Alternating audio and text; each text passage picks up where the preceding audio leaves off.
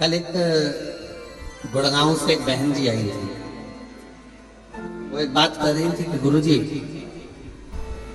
मैं जहां रहती हूँ उस गांव, उस सोसाइटी से शिव जी का मंदिर कम से कम 3 किलोमीटर दूर है। अब मैं रोज बेटे से कहूं कि मुझे तो 3 किलोमीटर दूर मंदिर लेकर जा, ले जाएगा क्या? अरे बोलो तो जम के। मैं अपने पति से कहूं कि तू 3 किलोमीटर दूर मुझे मंदिर लेकर चल, रोज रोज ले जाएगा क्या?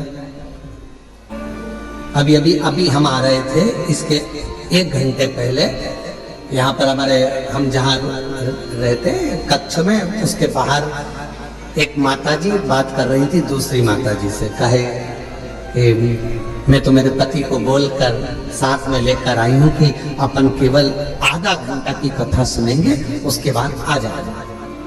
हम कल से आए और कल हमारा पति यहाँ आया और कहने लगा चल अपन यहाँ से फिर चलते हैं, चल चल चल। और उसने रात की जो आरती करी शाम की प्रदोष काल की, उसके बाद हमारा पति हमसे बोला अब तो पूरी 5 दिन की सुन के ही जाए। तो माता जी ने पूछा नोएडा वाली ने कि गुरुदेव ये बताओ कि हम 3 किलोमीटर दूर ना बेटा लेकर जाए, 3 किलोमीटर दूर ना हमें हमारा पति लेकर जाए, 3 किलोमीटर दूर बिना मैं साधन के जा नहीं सकती, और नीचे उतर के इतनी ट्रैफिक में जाऊं और कुछ हो जाए, शरीर को कोई ठोकर मार जाए, टल्ला देकर चले जाए, शरीर में कष्ट हो जाए, तो फिर मंदिर कैसे जाऊं? अब आप बताओ, आप कहते हो सारी समस्या का हल 1 लोटा जल। अब ये समस्या भी मेरी मिटा, ये भी समस्या। अब तुम बताओ कि मैं जाऊं तो जाऊं कैसे?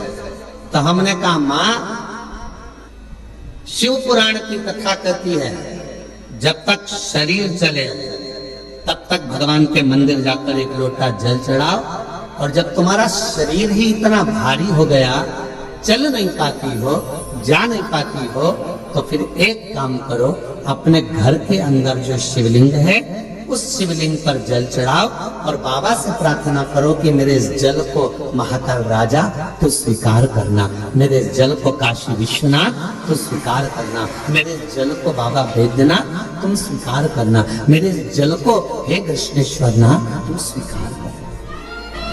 वो स्वीकार करे। बचपन में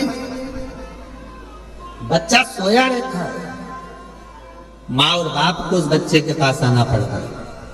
बच्चा जब बड़ा हो जाता है, उसे भूख लगती है, प्यास लगती है, तो वो अपने माता पिता के पास आता है।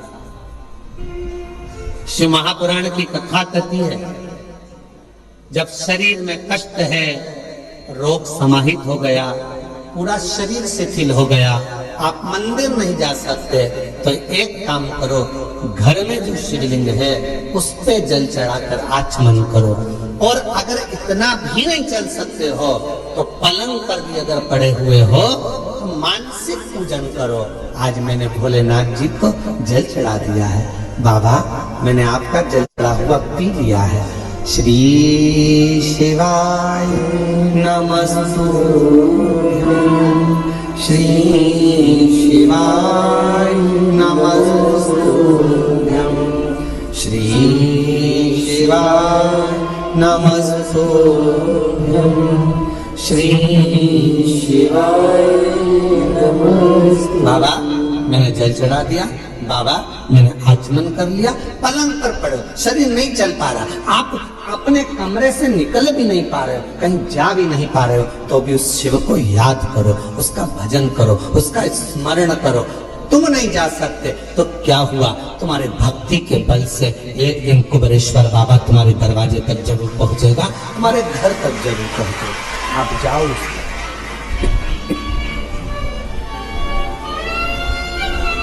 तेरे मंदिर में आना मेरा काम है और मेरी बिगड़ी बनाना तेरा।